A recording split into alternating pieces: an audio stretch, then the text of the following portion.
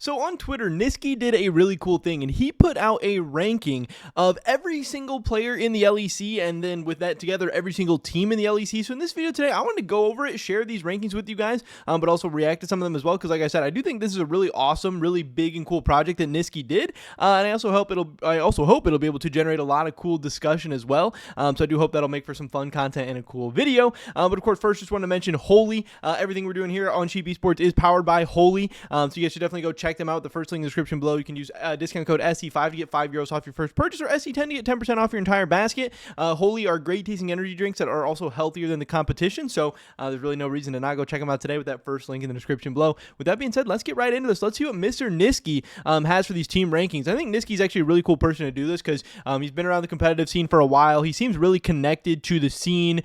He seems like he's played against a lot of these different people. He's seen or heard of or played in solo queue with a ton of these different people. He's played in multiple regions. I think he has a pretty good mind and sense of the game and everything. So I do respect his opinions a lot. It's cool that he likes sharing his opinions and making content and all that cool stuff. So here is what he has for the first team, K Corp. He has them overall as an A ranking. This tier list goes from G tier, God tier, G, S, A, B, and C. Now, hey, I'm always one who likes a little bit more of a spicy and interesting tier list. I like it when you throw in a D tier or an F tier or something like that because it adds a little bit more trash talk, a little bit more interesting. And hey, guess what? There's players and teams in the LEC that are probably worse than a C. I think, stopping people at a C tier, stopping teams at a C tier, it's a little bit generous. It's a little bit nice, but you're also, fence sitting a little bit. You're not really giving us the hot and spicy takes because, yeah, I don't know. There's probably, like I said, people and teams worse than a C tier in the LEC or in the LCS or any kind of league. There's the best players and there's the worst players, but whatever. Nisqy's a nice guy. This is what he's going with.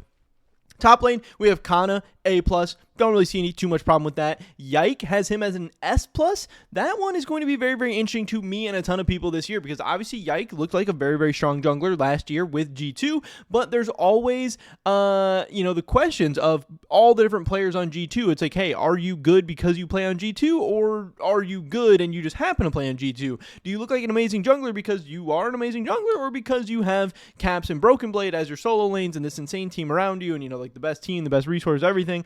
I don't know. This is going to be a really, really big year for Yike to prove that. And I don't know. S+ might be a little bit on the high end. I think we'll have to see how that plays out. But yeah, he has Vladdy in the mid lane at A. Kalista coming in at an A+ here. So Nisqy is definitely buying into that Kalista hype. Again, could Kalista come in and be an amazing player? Is he an amazing prospect? Does he have amazing and insane talent? Yeah, I do believe all that. But before he's even played a single game in the LEC to already be rating him at the A+ tier, could that be a little bit too much?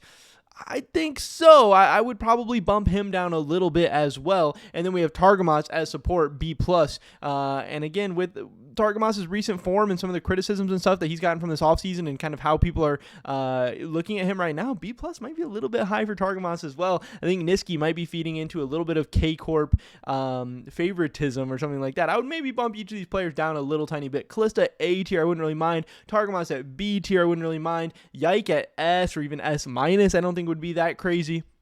But this is what he has for K Corp to start us off. Next up, we're getting into GiantX, who he has as an A- team overall. For the people he has a question mark, that's just like people he doesn't really know enough about or people he doesn't have a strong opinion about or whatever. Again, he has GiantX at A-, doesn't know about Lot. Closer he has at B+, and again, with Closer's recent form, B+ might be a little bit too high. B+ might be a little bit generous. Now, obviously, it's all relative, and it depends where he has all the other players on this list, but my first instinct on Closer would not really be B+ at this point. I think I'd put that a little bit lower. Jackie's at A, and Noah at A. Again, we'll have to see how strong Jackie's ends up being this year. He's got a lot of different players around him. Everything's changing. Will he be able to adapt and fit in this team? I don't know. Noah, A. I think that's fair. Are Jackie's and Noah the same strength? I don't know. I think I would rate Noah a little bit higher than Jackie. So if Jackie's an A, I'd want Noah to be like an A+. Or if Noah's an A, I might want Jackie's to be like an A- or something. We'll have to see how that plays out. And then he has some very, very strong praise for June. June sitting at an S+ tier. Very, very high praise for him. I know that Noah and June bot lane, when they're at their best, can look very strong and very formidable. So we'll have to see how that plays out on GiantX. BDS, he has an A+ ranking for, which I actually respect. I think people are sleeping on BDS a little bit. Irrelevant in the top lane, he has has that in A. And again, I think that might be a little bit low for Irrelevant. I might bump him up to like A+, maybe even borderline S-. I know there's a lot of people out there that say Irrelevant might be a little bit overrated right now, and people are overhyping him. Doesn't seem like Nisqy's really buying into that. Nisqy has him rated down lower, so we'll have to see how that plays out this year with Irrelevant, obviously moving teams over to BDS.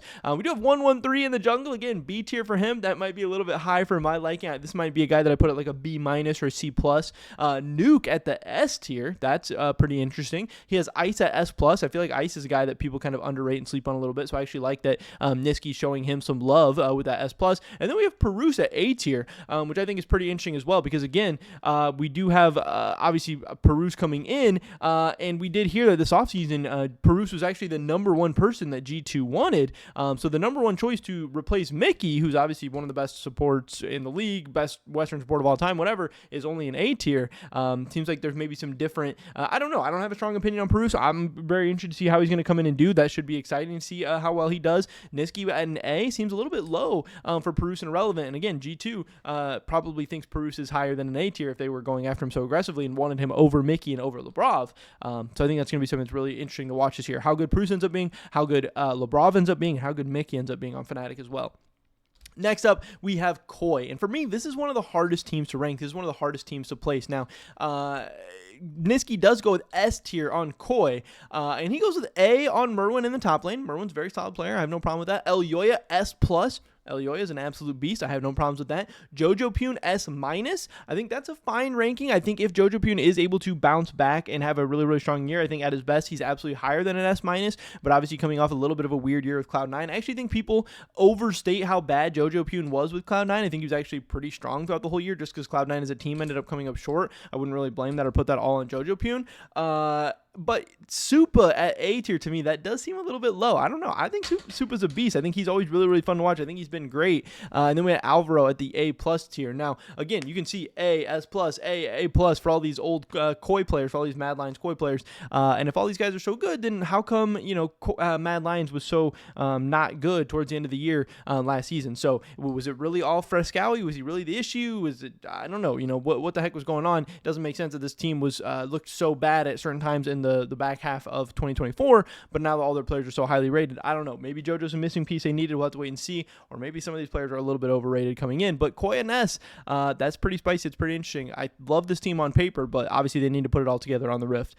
Next up, we have Rogue, who he has at the B+ tier, and he throws Adam with the S- in the top lane. Obviously, Adam and Nisqy have some history and some some French-speaking roots and stuff like that, where they've had connections and everything. But other than Adam on Rogue, Nisqy doesn't seem too high. He's got a question mark on Malrong, which I think is a little bit interesting, because obviously Malrong is a guy who they've seen in the LEC before, but then Malrong, I believe, went to like Brazil or something like that, and I know some of the Brazilian fans say he wasn't even that strong over there. Larson in the B+ tier, Patrick in the C tier, and Execute or Jonghoon in the B tier. Obviously, Rogue had a very, very weird offseason. We don't even know if they're going to be the team playing in the LEC in 2025 or not, but yeah, Nisqy not really too high on them, but is highly rated on Adam, who we know is a very, very talented guy on the Rift. He's just got to stay out of that controversy, drama, and backlash and stuff off the Rift. But yeah, I thought this was at least interesting that he, does rate Adam that highly.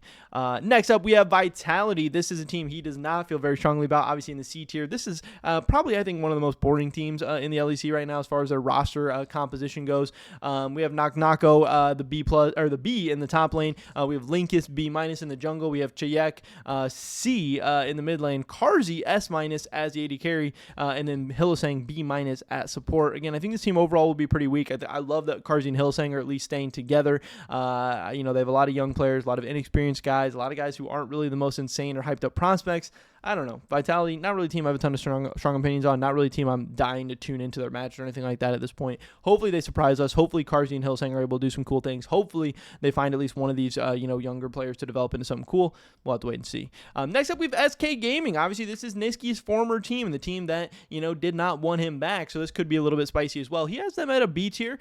We have GiantX B in the top lane. We have Isma B in the jungle. We have Reeker, obviously the guy who's now replacing Nisqy, as a B- in the mid lane. Rahel, he sees as a very, very strong player, obviously with an S- at the AD carry, and then Loopy at support, who he doesn't know enough about, but I do believe Rahel and Loopy have some history together, some connection, some synergy, so if he does think Rahel's a strong player, bring in a player that obviously he must know and like and want to play with again, could be a really, really nice buff for them. But yeah, other than that, this SK team, I think they had a pretty poor offseason. I think they got a lot weaker, and yeah, they're a team that I don't really, I'm not that excited about once again. Next up, we have Heretics, a team who doesn't know a ton about. We have them at a B- with obviously question marks for Carlson and Kamilu. He has Shio at an A+, which I think is cool, and then Flocka and Sten in the bot lane at B tier. Again, there's not that much to work with here. This is a team I'm not that excited about. The one reason I would want to tune in to see this team is I think Shio is a big pickup for them. I think that's really cool, but also I'm really, really interested in dying to see how Kamilu's going to do. But just like Nisqy, I don't know. It's a big question mark for me. He's going to be very volatile. He could be insane. He could be, trash at the beginning and hopefully develop into something cool. We'll have to wait and see. Next up, we have Fnatic S+ tier. Here, we're getting our first G tier players. That's the God tier. We have Oscar in the top lane at an S. Obviously, Nisqy feels very, very strongly about that. I don't know. Is that a little bit too high rated for Oscar? I think it might be. I don't know if I'm ready to put Oscar as an S tier in the top lane. Obviously, Fnatic believes in him, signing him to that long-term extension, but S tier, I mean, that means he's going to be the guy that like really helps them win some titles, really helps them do something at Worlds.